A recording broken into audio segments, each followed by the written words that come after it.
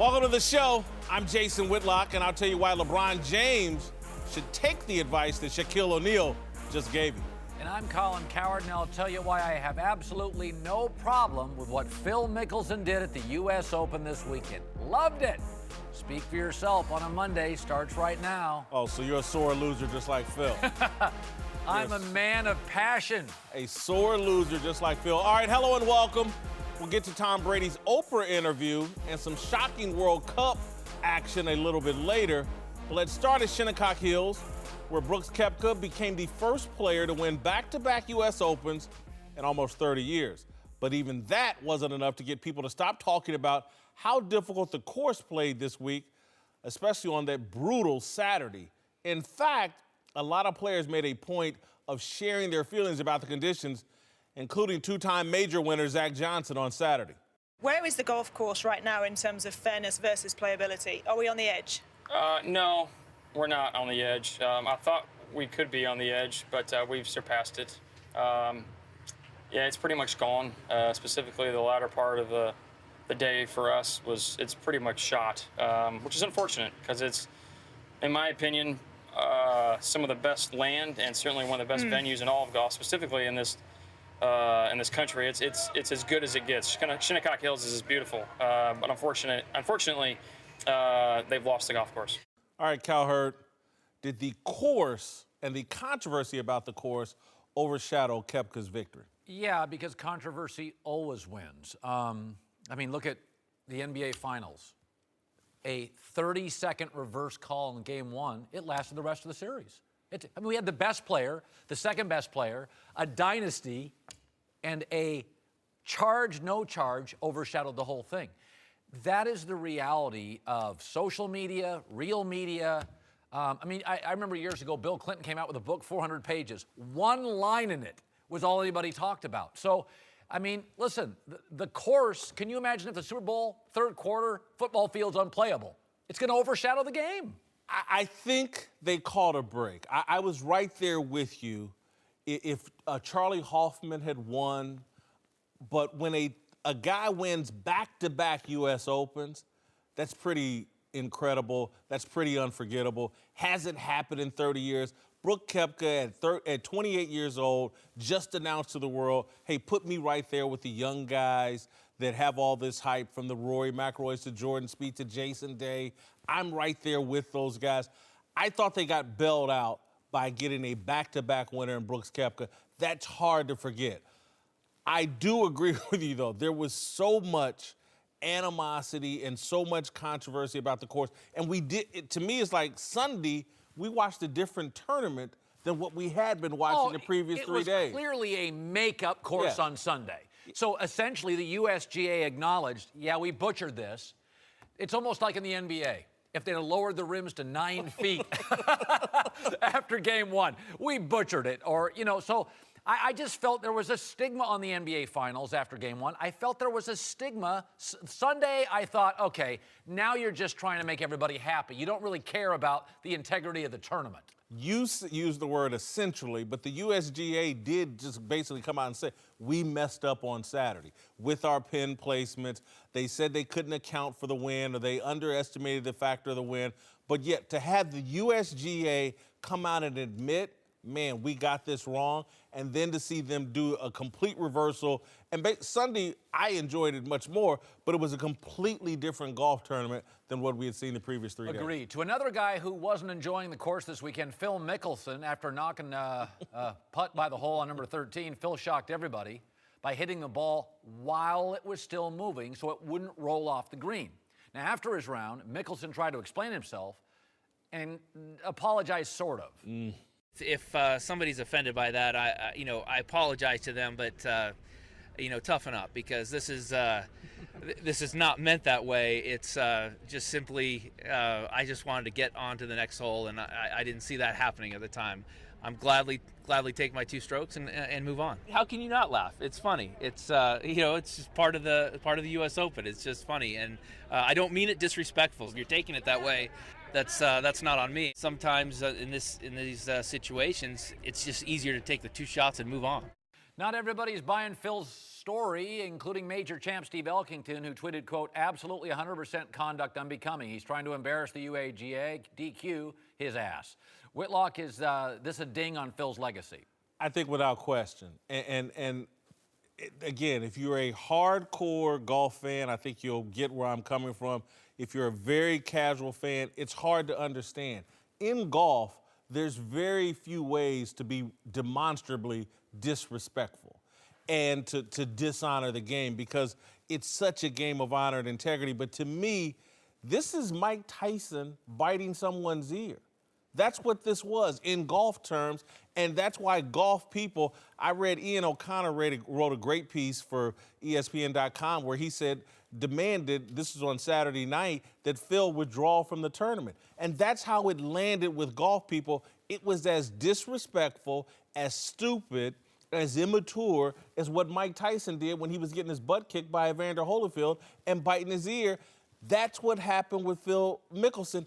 And given Phil's status and stature on the PGA Tour, he's the Arnold Palmer of this generation. It was conduct unbecoming of his place and stature. This is what a hungover John Daly does, not the guy who's the Arnold Palmer of his era. Well, the words define. No. Does Deflategate define Tom? No, the 8 trips to the Super Bowl. Now, does the Super Bowl define Nick Foles? Yeah, because that's as good as it's going to get. No. Does it ding Phil's legacy? This isn't Lance Armstrong where it ruins everything he's done. This is more Tom Brady. Well, not Tom Brady great. would never disrespect football in this way. By the way, Bill Belichick, cameras, deflating footballs. I mean, I look at sports, I think golf purist gets worked up over a lot of things. But golf purist lectured me for years that you guys overcover Tiger. Oh, really? He leaves, the sport plummets. I don't get too caught up on purists. I mean, I've been in television for 30 years. You can't play to purists. You have to play to casual fans. Guys like me is like, do you think he does this at the Masters on the final hole? No. He did it at the U.S. Open. This is the Super Bowl for golf here in America. Okay, he had an 81. He lost by 17 strokes. He was out. He's barely making the cut, Phil Mickelson. And it's poor sportsmanship. Maybe. That's what this is all about. All right. But listen, did we not beat up Cam Newton after the Super Bowl for not cooperating with the media and acting like a spoiled brat?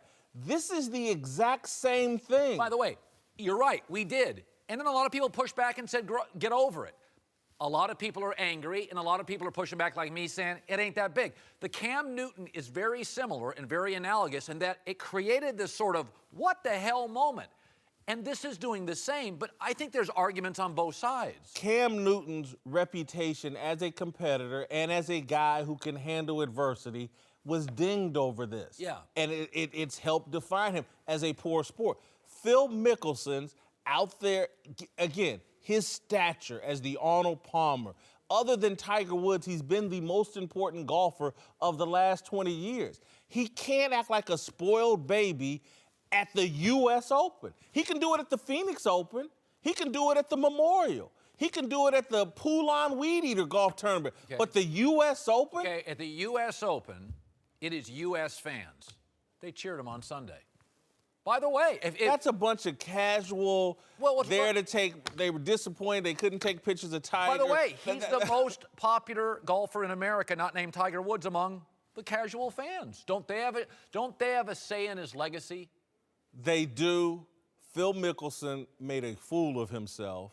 He did something that, again, the great players, the Jack Nicklauses, the Tom Watsons, the Curtis Strangers, the Hale Irwins, they're looking at this like they've lost some respect for Phil. By the way, that's okay, but Tiger swore through clubs.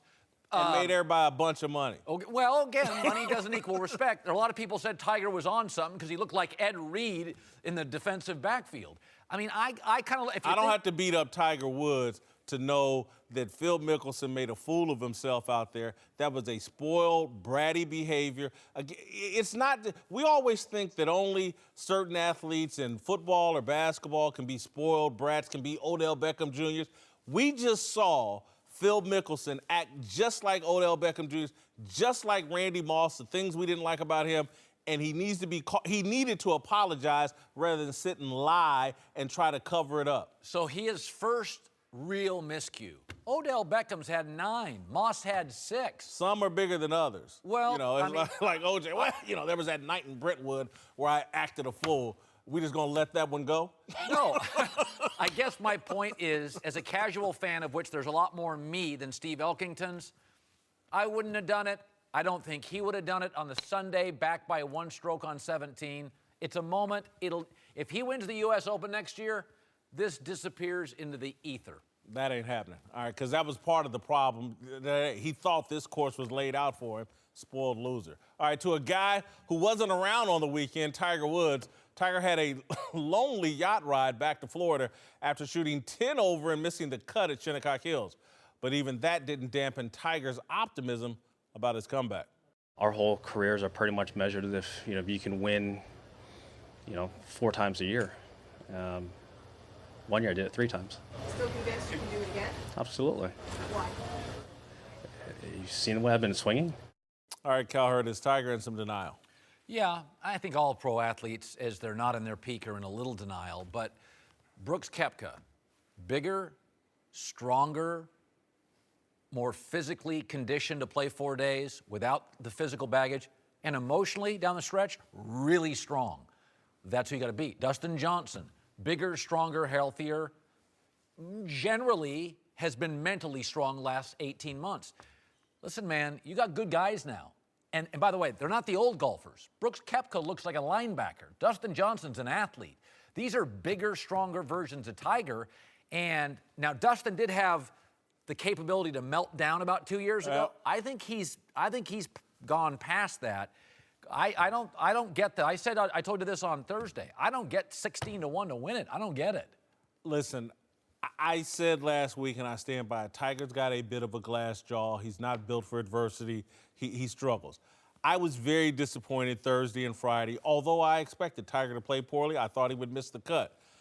I'm going to take a beat and backtrack a little bit. The course was so difficult the first 3 days. We saw Rory McIlroy miss the cut. Jordan Spieth miss the cut. We saw Phil Mickelson melt down and make a fool of himself because of the course. Zach Johnson, as classy as they come, 2-time major champion, he takes a dump on the course. So I'm going to chalk up some of what we saw here to the course, the wind, pin placement. The course made fools of a lot of guys. It made a fool of Tiger Woods. That's why he's not ready. He's not going to read too much into what just happened. He's going to say it's the course, it was the wind, everybody had a bad weekend. I can still do this. Is he in a bit of denial? It requires delusion and denial to be great. It really does. No, it does. Be great. And so I'm going to stick with you, Tiger, even though I was embarrassed. Did he take the yacht back? I'm not. Or were those rough seas going back down to Jupiter, Florida? Hey guys, Jason McIntyre here. Before the show moves along, I wanted to tell you that support for the Speak for Yourself podcast comes from our friends at Rocket Mortgage by Quicken Loans. They understand that home plays a big role in your life and family. That's why they created Rocket Mortgage. Rocket Mortgage gives you the confidence you need when it comes to buying a home or refinancing your existing home loan. It's simple, allowing you to fully understand all the details and be confident you're getting the right mortgage for you. Whether you're looking to buy your first home or your 10th, with Rocket Mortgage you get a transparent online process that gives you the confidence to make an informed decision. It's convenient. Our trusted partners allow you to share your financial information with Rocket Mortgage at the touch of a button. And in addition to getting a real mortgage approval in minutes, you can even adjust the rate and length of your loan in real time to make sure you're getting the right solution for you. Rocket Mortgage by Quicken Loans. Apply simply. Understand fully. Mortgage confidently. To get started, go to rocketmortgage.com/speak. Equal housing lender. Licensed in all 50 states. NMLSconsumeraccess.org, number 3030. Welcome back. back. We're now joined by Super Bowl champ Mark Schlereth, longtime NFL player and scout Bucky Brooks. Let's move to Baltimore, where people are getting all excited about Lamar Jackson after the Ravens revealed they've been experimenting with using their rookie quarterback at a variety of positions. Not everybody loves the idea. Bleacher Report arguing Jackson has become a sideshow, deserves a shot at the starting job, adding, quote, let's not pretend that Jackson's quarterback career will be helped if he catches a touchdown pass or runs a few options off the bench. It will just reinforce the perception that Flacco is one thing and Jackson is another, and that Flacco's thing is the one the NFL really covets. All right, Whitlock, is Lamar Jackson being set up to fail? Yeah, by his woke supporters, by his social justice warrior supporters, not by the Baltimore Ravens. Although, again, I didn't think that was the right spot for him. But the Baltimore Ravens trying to get him on the field early, trying to use him in any way that he can help the team as early as possible, that's not setting him up for failure. That's actually setting him up for success. That's actually setting him up to showcase his abilities, get him on the field as early as possible, get his confidence going, get his teammates buying into him. What he's going to be killed by are all these people that want to turn anything that happens to him. If you read this full story, they got all the racial narratives going already. That's what's going to undermine his success if he becomes a polarizing racial issue rather than one of the 53 guys on the roster that can help him win. I said when he got drafted there's a Tebow quality. I think he's better fit in the NFL than Tebow, but he'll be popular for non-football reasons. And Tebow became disruptive. That Tebow was good enough to play somewhere at the end. He'd won a playoff game 6 straight, and people were like, it's faith-based audience, the press is outrageous, the media swarms to it. Now, I think Lamar's a better quarterback at the NFL level, but I think Tebow and Lamar have some similarities. There are questions. Lamar completed 59% of his throws with probably the best offensive coach in college football, Bobby Petrino, who could get a head job and be offensively better than half the league today. You may not like him as a guy, but in the end, this is what I absolutely expected, that Lamar would create a story without playing. And that's what Tebow did. You were in Denver. Yeah. Tebow was not playing, and the crowd was going crazy for a decent Denver team. So this is what I thought would happen. The biggest issue to me is I think the Baltimore Ravens are doing the right thing. I think you have to see the forest through the trees. And when you come from a spread offense, Kyle Shanahan, when I did a San Francisco game, told me you can really only rate one thing coming out of a spread arm offense, and that's arm talent. He goes, that's it. I know that I played 3 years of college football. I came in as an offensive player, moved to defense, played 3 years on the defensive side. It made me a much better offensive player when I went back to the offensive side. So you can actually understand the game if you're playing multiple positions. This is not a Baltimore Raven issue. This is a union issue because our union does not have the balls to stand up in negotiation to the owners. So what do? We get scraps off a Longshanks table, right? At the very end, everybody needs money, and you're like, okay, well, we can't negotiate insurance, and we can't negotiate long-term contracts, and we can't negotiate anything else. So how about less practice time? So now for a young player, especially a young quarterback coming from a spread offense, how is that guy supposed to develop in this league? You can't. It's impossible. So what do you do if you're the Baltimore Ravens? Hey, let's teach them the offense in its totality. Let's let them play slot receiver. Let's let them play outside, maybe some running back, whatever it is. And you're going to get a better understanding of protection, of routes, route combinations, of defense, of secondary play. And now, as you transition as an older player, you're actually at least learning the game that you're not going to learn if you're sitting backing up Joe Flacco for the next 3 years. I'm worried about this because I think when you draft Lamar Jackson in the first round, you have to draft him with the intent to keep the main thing the main thing. If you're drafting him to be the quarterback and you're saying he's going to be the franchise quarterback going forward, you need to give him every rep to be a quarterback. Who said that? Well, they took him in the first round. They have to take that. When you don't just throw away guys in the first round as experimental players, you don't project. You get them on the field as something other. You only get 5 to 6 reps. First-round picks are guys that should be starters. That's why they're drafted in the first round. He has to be drafted to be the franchise quarterback. Last guy in the first round. There's been a lot of first-round quarterbacks that didn't turn out to be the franchise quarterback. The main thing is winning. That's always the main thing. The main thing when you take a quarterback, the whole purpose of taking a quarterback in the first round to get the extra years, if you're taking him to be a quarterback with long-term potential to be a starting quarterback. The only way he's going to be a starting quarterback, you got to develop him to be that. So every rep that you put him somewhere else is one less rep that he gets at quarterback. Bucky, I don't think the Baltimore Ravens are running the organization. Hey, let's do what's best for Lamar Jackson. How can we win? Is their motivation? But how are we sure that he's going to be so good at another position when he's never played another position? Well, We've never seen him play wide out. We've never seen him run the ball outside of being a quarterback. He's not physically built to be a running back. We don't know if he can catch passes as a wide receiver. Question. I mean, why did they take him in the first round? I mean, I think to get him on the field as quickly as possible and help him win. I think they look at his skill set and say, while we develop him as a quarterback, we can get other value out of him at some of these other positions. And I also think, again, we're avoiding what I thought was a brilliant point by Mark. This is a way to educate him about the entire offense when you have limited practice time. But look at how many great players went in the second and third round. Like, couldn't you take somebody later?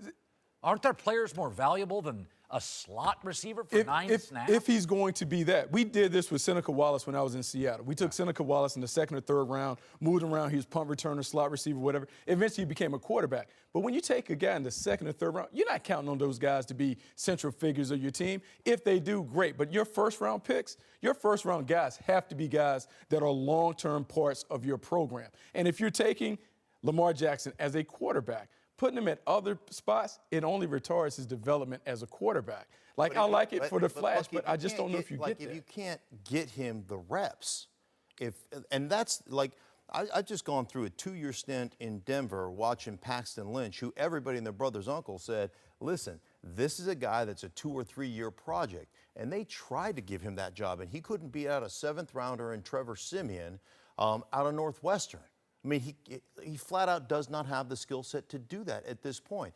So my point being, if you take him and you teach him the game in its totality, even if he's not getting all those reps, if he could do the scout team reps and he could do all the other things, but if he's not playing on Sunday, that's not going to help him either. I just think this helps him along the way, understanding just conceptually football coming from a spread offense into a pro-style offense. We haven't said the same thing about Pat Mahomes. Pat Mahomes is being celebrated as a guy that's going to be the Ferrari to drive the Kansas City Chiefs to the next level. They didn't put him as slot receiver. They didn't move him around. They let him be a quarterback for the same thing. Right. His skill set, look, this guy was a run-around, throw-it-all-over-the-place guy at Texas Tech. He's not a 4-2, 4-3 guy. And look, just keep in mind, the Chiefs went up to go get Pat Mahomes.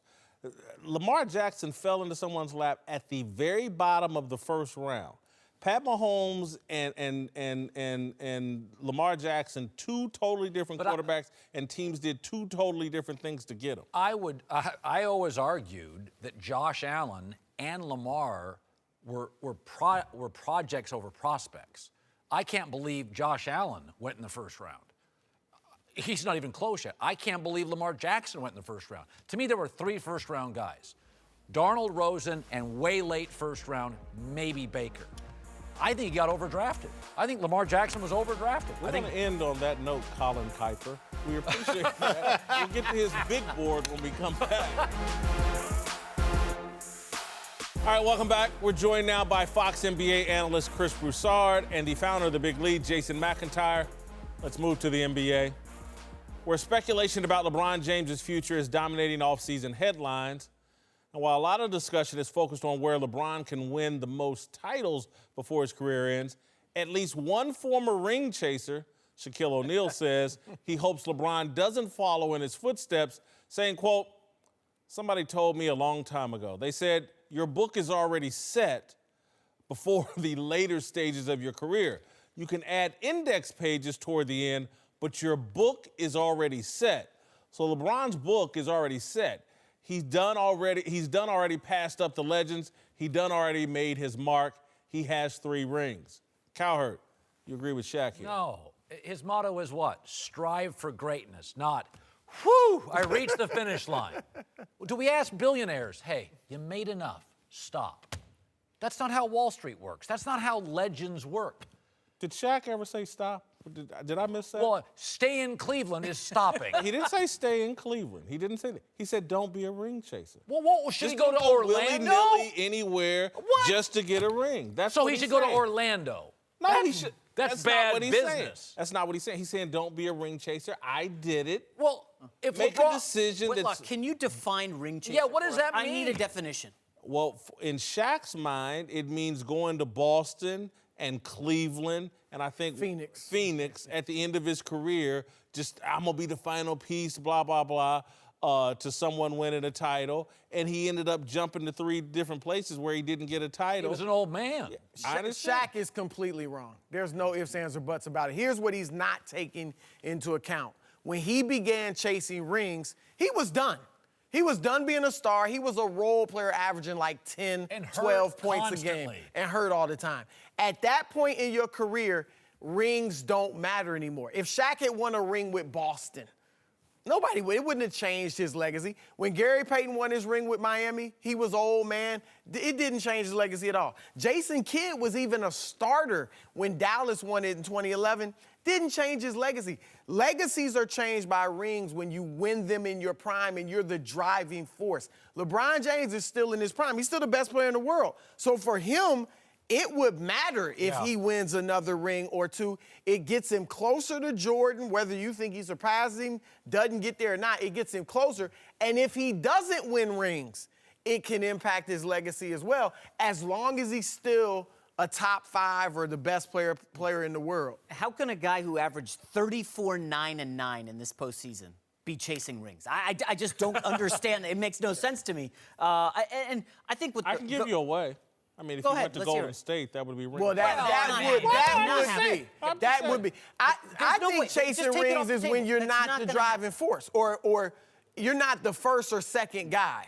That's when you're chasing rings. Karl Malone and Gary Payton with the Lakers, they were chasing rings. But this is different, and what I just keep coming back to this. Charles Barkley keeps saying LeBron should stay in Cleveland. Okay, Shaq is now saying just stay in Cleveland. Your book's done.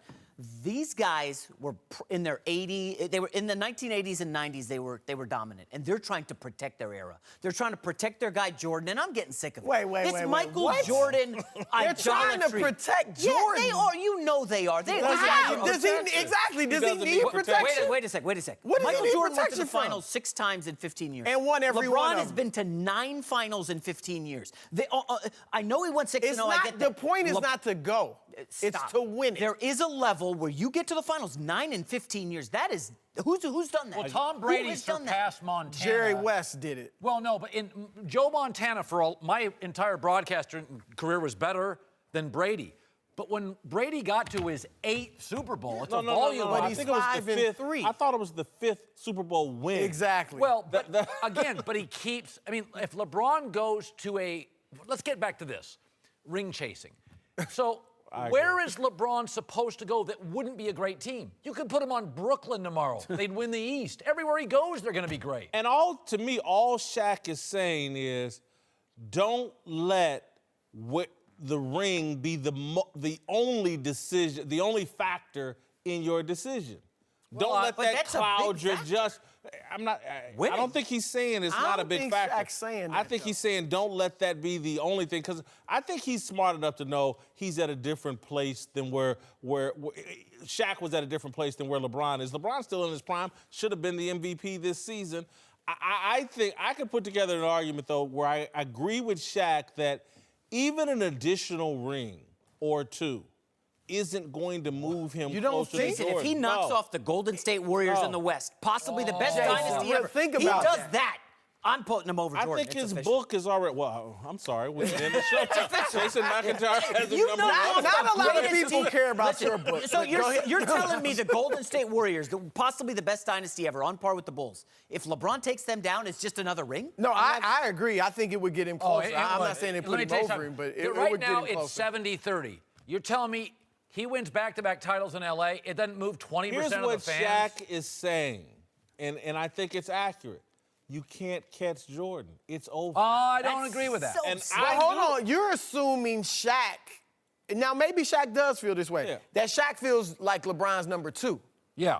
Because maybe he doesn't. A lot of players think Kobe is right there or above LeBron, you know. I think he thinks he can't catch Jordan, and I agree with him. I think this last finals deal, and I know J.R. Smith screwed it up, but the way LeBron went out, and particularly with the support, the cast on his hands, and the way he quit in that game, it's over for a lot of guys. You're not catching Jordan. All right, to Kawhi Leonard, who's made it clear he wants the Spurs to trade him, but might have a harder time getting out of San Antonio than he thought. Reportedly, both teams in his preferred destination of Los Angeles are concerned about Kawhi's health, which isn't surprising considering he's never even played a full NBA season. Whitlock, was it a mistake for Kawhi to go to the media with his trade demands? I think without question. I think he undermined his trade value, which makes it even harder for him to get what he wants. He wants to go to the Lakers. Well, how do you get to the Lakers? They have to make a trade offer to the San Antonio Spurs that makes it worthwhile for Greg Popovich. Well, when the Lakers are sitting there where the guy wants out, and everybody knows he's never played 82 games. He only played 9 games this past year. His trade value, just because of his health, was already a bit of a question mark. And now that you've let everybody know that you won out of there, his trade value goes down even more. He's put the Spurs in a position where they can't, it's going to be a lot harder to trade him than if he had just kept this between he and the Spurs. No way. Exact opposite is true. This is a business 101 decision. Essentially, the Spurs are screwed. I want to go to the Lakers. Well, we're going to trade you. Oh, you can't, because it's career suicide for a GM to give up anything for a rental player. Kawhi just said, no, I didn't like how you called me out. This is what Kyrie Irving should have done. Now, Kyrie got lucky because he got traded to a great coach. Yeah. If I go, no, I'm going here and only here, you're done. I own you. Where can you trade me? I'm going to trade you to what general manager? They don't have to trade him. Well, okay, I'll wait a year. So what? But in the end, there's no so what. By the way, you're going to get nothing for him? Or the Lakers go, all right, he's only coming here. We'll give you Kyle Kuzma.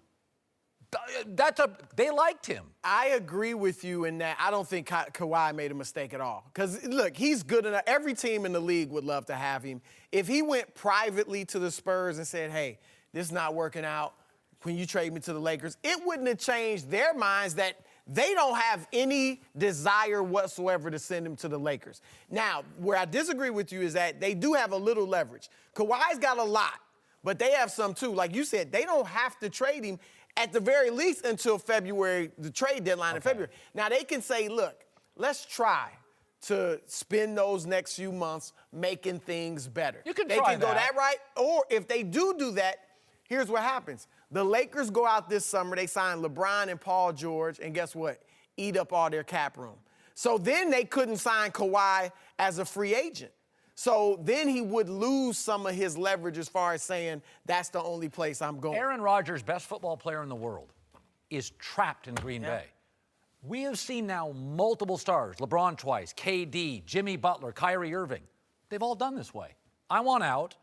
I want to go mostly here. The difference is Kawhi said, I want to go specific. Well, that's the thing. Is it Lakers or bust for him, or is it, yeah, the Lakers is my number one choice, but Clippers. Boston would be good, Philly would be good. He's about, Clippers, by the way, I would settle for. We've seen 9 guys do this in the NBA. I mean, good players. Paul George, they all got out. Yeah. These teams eventually don't want him in the building. The one thing I think you're missing, Whitlock, is what does Kawhi Leonard owe the Spurs at this point? He spent 7 years there. He was a good soldier, okay? And here, this past season, he's got an injury, and his coach takes a shot at him in the media, his point guard, guys he's been in the trenches with for years, and Manu Ginobili as well. I just don't understand what Kawhi Leonard owes the Spurs at this point. Well, I would have to argue that he owes them something, which I have not done. And so my point was, I think he's hurt the ability for them to move him on as easily. If he had gone to them privately, put his foot down, I think it would have been better to move him perhaps where he wants to go to the Los Angeles Lakers. I think he's made it more difficult. I don't think he owes the Spurs anything, and I haven't argued that. Now, 2 months ago, the story broke, Spurs wouldn't trade him west. So how do we know that Kawhi said, all right, they're not going to trade me west. I want to go west. The only way I can end up west is announcing, I'll only go to the Lakers. Yeah. Because 2 months ago, the story broke. Popovich is like, he ain't ended up there. Yeah. And I think Kawhi and his uncle said, well, that's where we want to go. We got to control this situation. I got to tell you, I think he fits in a lot of places, like you said, but who in their right mind can make a deal for Kawhi now? And what I would say, though, given his health history, I think it's high risk. Do you think it's The high guy's risk? never played 82. He just played 9. He just got into a year-long dispute with what has been seen as the best organization in the NBA. So you really don't, you think he's... No. I don't think it. I'm saying if I'm the Lakers or any other franchise, I'm like, well, damn. He's never played 82. He just missed 72 games or 73 games this year. And I'm supposed to trade for this guy and then give him a max deal eventually? His argument... There's a little... I could see... I mean, I don't think it's high risk, but yeah, you have to take those things into consideration. But you had to do it with Kyrie Irving, too. And he couldn't stay he healthy was in the college. same. He was even worse. He was even more injury prone. And how did that work for Boston? Yeah, but- that would be my other... Well, let's see how this plays out. You're right. Your argument's good in theory, but I just personally don't see Kawhi as a health risk. I see Michael Jordan missed a year. John Stockton missed a year. I see a healthy athlete who had a bad injury. And had a dispute with his organization all year about that injury. That feels they like think he's healthy. He says he's not. They say it's in his head. That was never the issue with Michael I just Jordan. think that's a separate issue than he's injury prone. I think that issue is separate, and you have to deal with that in its own terms. All right, welcome back. Mark Schlereth, Bucky Brooks here. Let's move to Tom Brady, who just sat down for a heartwarming interview with the Oprah Winfrey, where he opened up about everything from his marriage to the national anthem to his relationship with Bill Belichick. Oprah did not shy away from the question that's been on everybody's mind this offseason. Is there something going on with you and Belichick? No, I love him. You know, I love that he's an incredible, coach, mentor for me. And he's pushed me in a lot of ways. And like everything, we don't agree on absolutely everything, but that's relationships. All right, Whitlock, you buying that? I am buying that Tom Brady loves Bill Belichick. I just don't think the love is unconditional anymore. And I think the level of trust they had has been diminished by the Malcolm Butler decision and the way Belichick has handled that.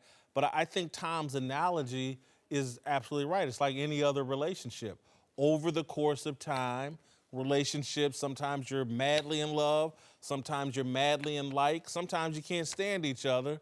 But overall, I think the trend line for those guys had been this way. Now it's a little bit this way, and we'll see if it can recover. I think he respects Belichick. I think love's pretty irrelevant in sports. I think respect is really, really relevant. John Elway had troubles with all his coaches. But when he didn't respect you, you were no longer the coach of the Denver Broncos. I think love's way overstated. You're talking alpha males. I don't need you to love me, but when I walk into the locker room, do I feel you're a better coach, I'll get a better assignment than that coach will give that quarterback? I want to speak up for Love a little bit here. When you've won 5 Super Bowls together, when you've been a 6th, 7th round draft pick and turned into the greatest football player of all time, and you have a life that you could never imagine, I wouldn't blame him for loving Bill Belichick because he played a big role in all that success. It's interesting, you look at coaches, and there is a love-hate relationship that goes on with this game, with the coaches, with some of the players that you end up playing with. My offensive line coach in Denver, the best offensive line coach that I've ever played for, Alex Gibbs. There's 2 types of players that played for Alex Gibbs. He's the best coach I've ever played for in my entire life. He is the worst coach I've ever played for in my entire life. There is no in between. You can either handle him or you can't handle him. And that's the way it went. He was the best coach I ever played for. I hated his guts at times. Like we got in rip-roaring arguments at times, but I absolutely love that man. And I would lay down in front of traffic for him. And that's the way I played the game, and that's the way he demanded that you play the game. But I knew he was making the same type of sacrifices, not going on the football field, but those same type of sacrifices that we have to make as players. And I respected the heck out of him. And so I think there is some truth to this. I love the guy. We're having a spat, a little quarrel, but I still love the guy, and I believe that he's the best coach that's ever coached in this league. Yeah, I think Colin hit the nail on the head. I think there's a level of respect there between them, and that's all you really need in team sports. Can the coach put us in a position to win games? Can he put me in the best position to maximize my talent? Can he push me enough that I can do things that maybe I couldn't see myself doing? I do believe there's some fatigue from Tom Brady in terms of the grind that is part of the New England Patriots culture. The always on, you never satisfied with what you're doing. I think he would like a kinder, gentler coach at some points. But at the end of the day, they've won a lot of games. They will continue to win a lot of games, and it's because Bill Belichick does a great job of managing the guys on his team and putting them in the best position to win each and every week. You know, there are stories. My sister and I have talked about this with our late father. You know, he finally told her he loved her on his deathbed, and everybody in the room cries. She loved him, but he was incapable until the very end of saying that. And those are great memories. Belichick may not be capable of showing love while you're in the tunnel of competition. But when it ends, then it's the, hey, I love you, man. It's very possible that Belichick's belief system and just the way his DNA operates, he can't tell you he loves you during his childhood. Those playing years are childhood years. And I think we have to realize all relationships as player to coach with Bill, they all sort of end this way. They're all bumpy at the end. I would agree, and I think you've hit on something in terms of the father-son relationship, and I think there's some of that with Bill Belichick and Tom Brady. But eventually, when you become 40 years old and you're married to Giselle and you have this positive attitude approach to life that he's taken on, the TB12 approach, Tom Brady's going to need a little bit more love in these last couple of years from Bill Belichick, or it's going to be real rocky.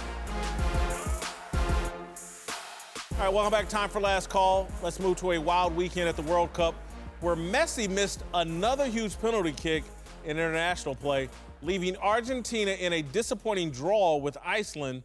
Meanwhile, Mexico shocked the world by upsetting defending champs Germany. Cowherd, what's the bigger story here? Oh, I think Mexico's upset of the #1 team in the world. First of all, Messi's miss is LeBron missing a dunk. It's 1 second. Mexico beating Germany is 2 hours of what in the world is going on.